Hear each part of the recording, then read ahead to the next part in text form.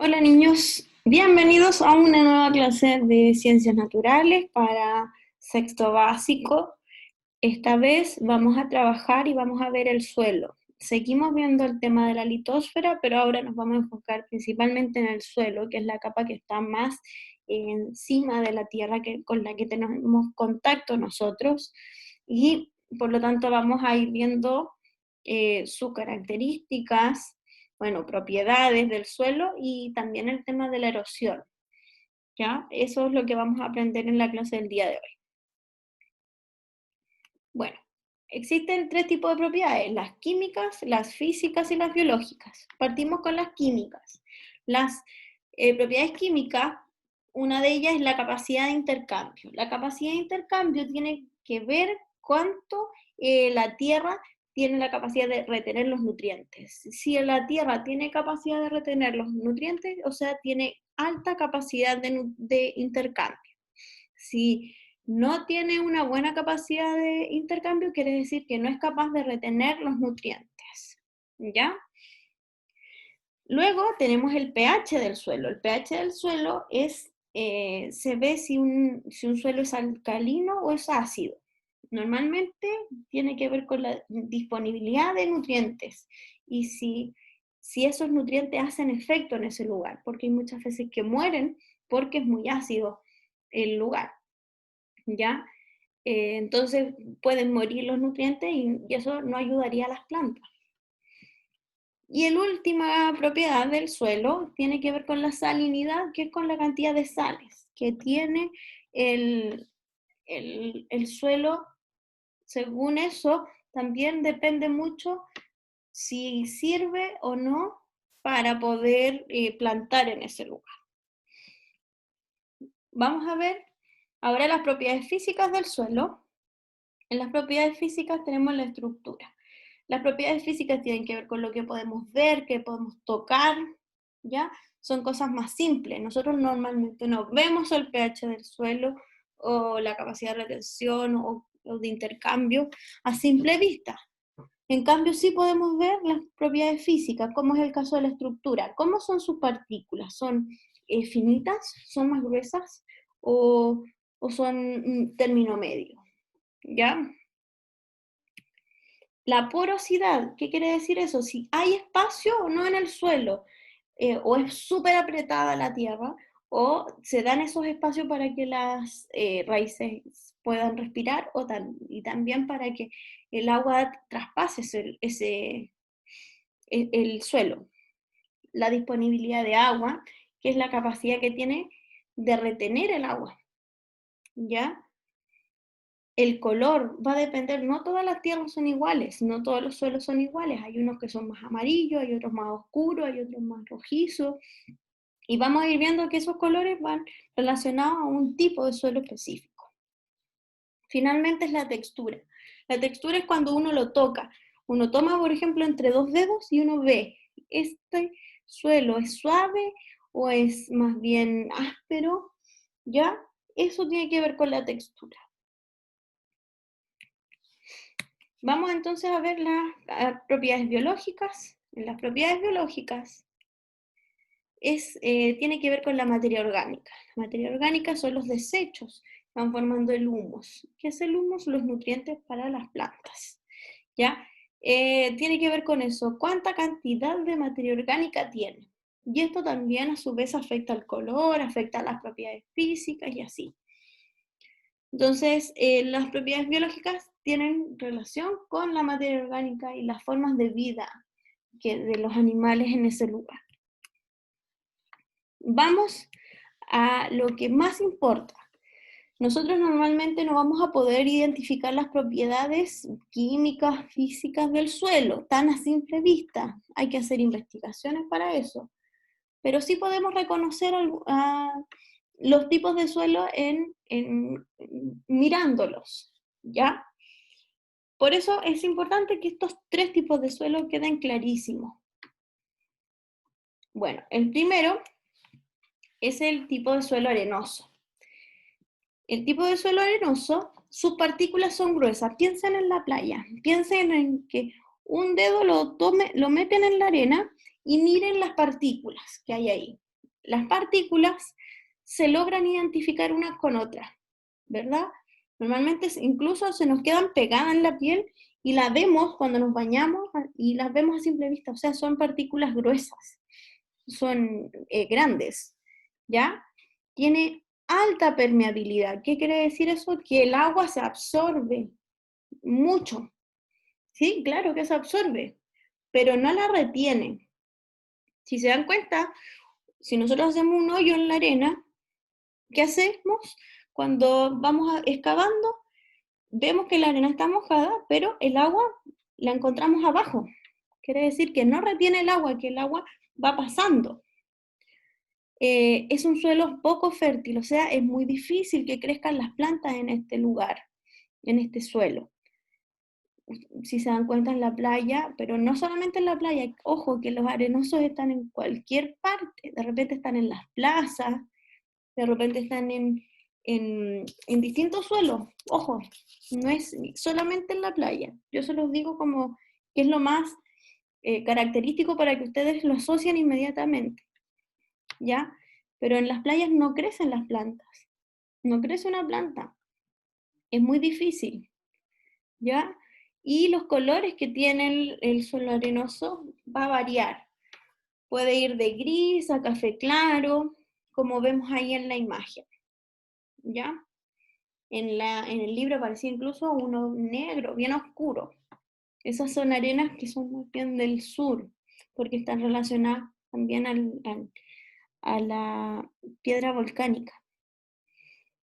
Vamos a ver entonces el suelo limoso. El suelo limoso es un término medio entre el suelo arenoso y el suelo arcilloso. Sus partículas son intermedias, no son tan gruesas, pero tampoco son tan finas. Son un término medio, ¿ya? Es mediamente permeable, o sea, atraviesa el agua, pero logra retener. No es que pase nomás, sino que retiene agua y retiene, al retener el agua, también retiene los nutrientes. Es un suelo fértil, o sea, en este suelo se pueden cultivar las plantas. Y es de un color café claro o café oscuro. Aquí vemos algunos suelos limosos.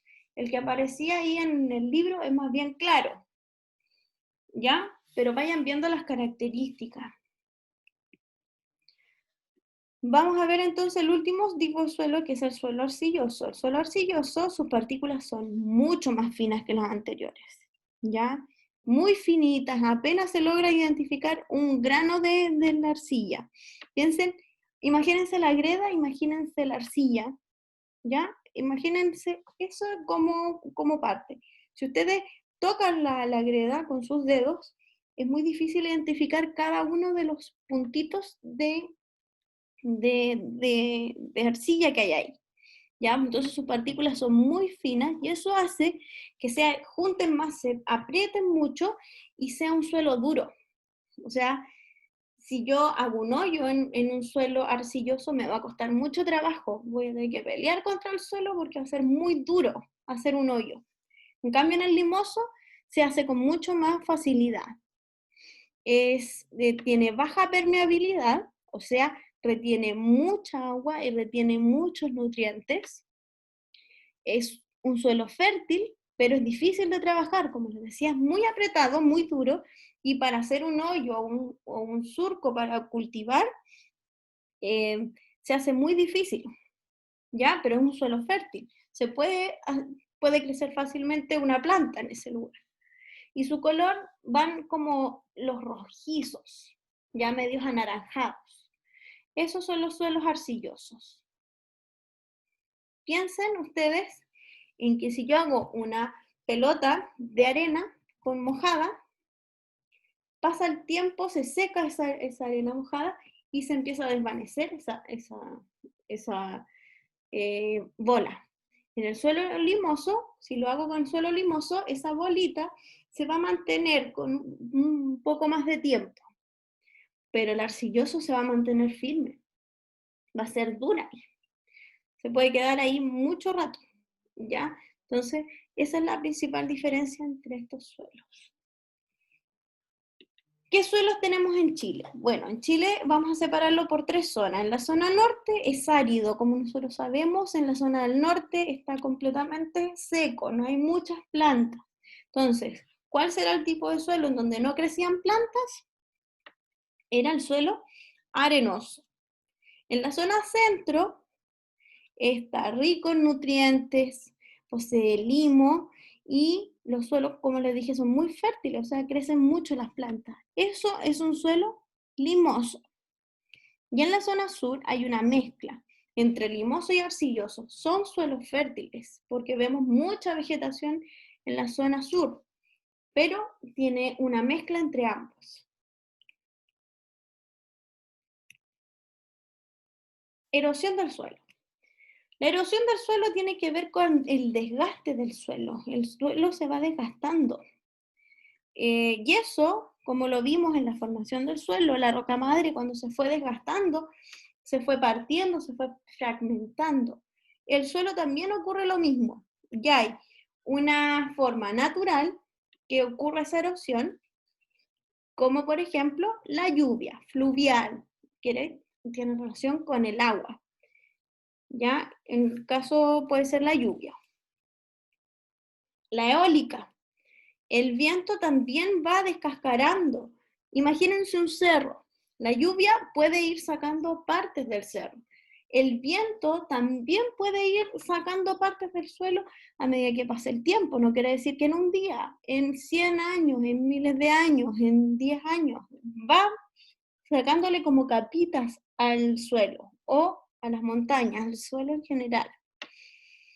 Y el glaciar. Cuando un glaciar se derrite, va dejando erosionada la montaña en donde estaba, ¿ya? O si hay un piso de hielo donde está lleno de glaciares, también ese piso se ve dañado, se ve eh, como, no sé, a ver, en el en vivo les voy a explicar más, porque en este momento no logro expresarme como corresponde, pero espero que me vayan entendiendo. Bueno, y también existen las erosiones producto del ser humano, que esas son las erosiones antrópicas.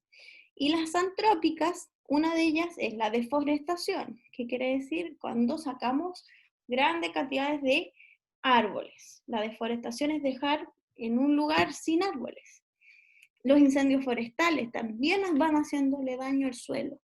La sobreexplotación, si yo cultivo y no dejo descansar el suelo, eso también genera una erosión, genera daño en el suelo, porque faltan los nutrientes, se van desgastando, etc. Y el sobrepastoreo, o sea, si los animales, yo tengo muchos animales que comen del pasto de ahí, van pisando mucho y van comiendo encima del pasto, se va haciendo daño en el suelo. Bueno, ¿cómo protegemos los suelos? Simple, evitar la sobreexplotación. Evitemos la sobreexplotación de la agricultura, de los árboles, de la tala de árboles, de todo eso. Tenemos que usar controladamente los fertilizantes. Los fertilizantes, si no son naturales, son bastante dañinos para el suelo, ¿ya? Los fertilizantes son los que permiten crecer. En agricultura se utilizan muchos fertilizantes para que las plantas crezcan grandes, bonitas. Y si usamos mucho, el suelo se va dañando.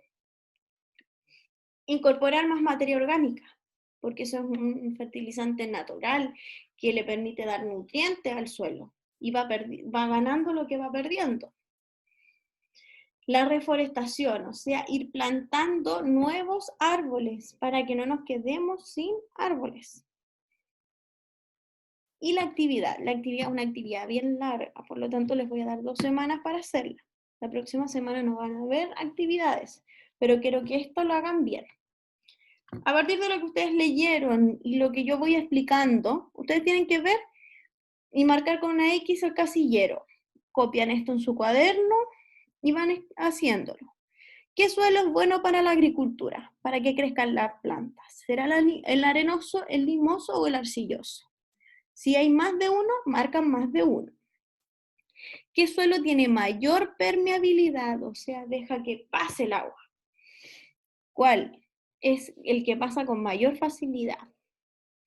¿Qué suelo retiene más nutrientes? Eso lo hablamos recién. Entonces, van marcando con una X esa primera actividad.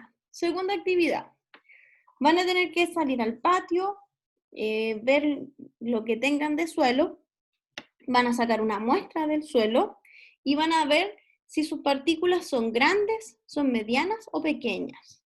Yo en el en vivo voy a hacer un ejemplo de todo esto, ¿ya? Para que ustedes lo vayan haciendo conmigo o que vaya quedando más claro.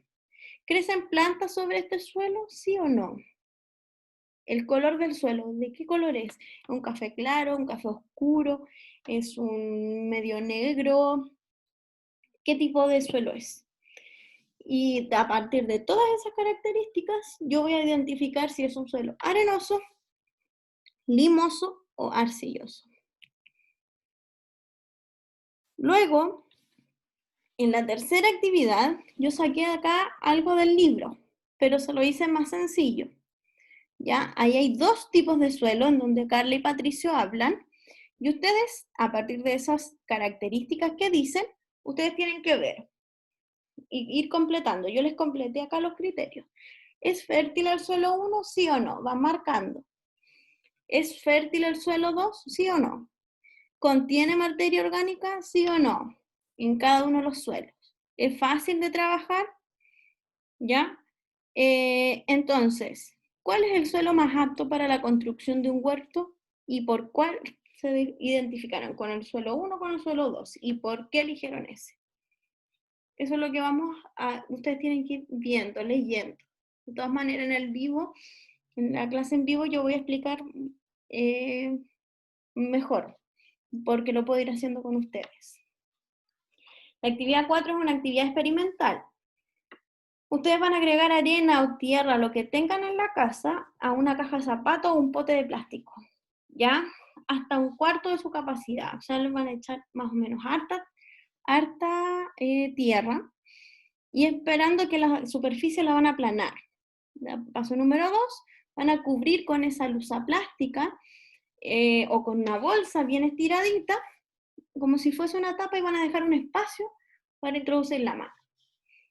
Por ese espacio no van a hacerlo con la jeringa como aparece ahí en la imagen, van a soplar ustedes.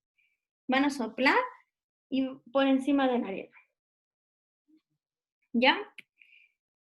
Y luego van a dibujar lo que ocurrió antes de echar el aire, cómo se veía, y después de echar el aire, cómo se veía.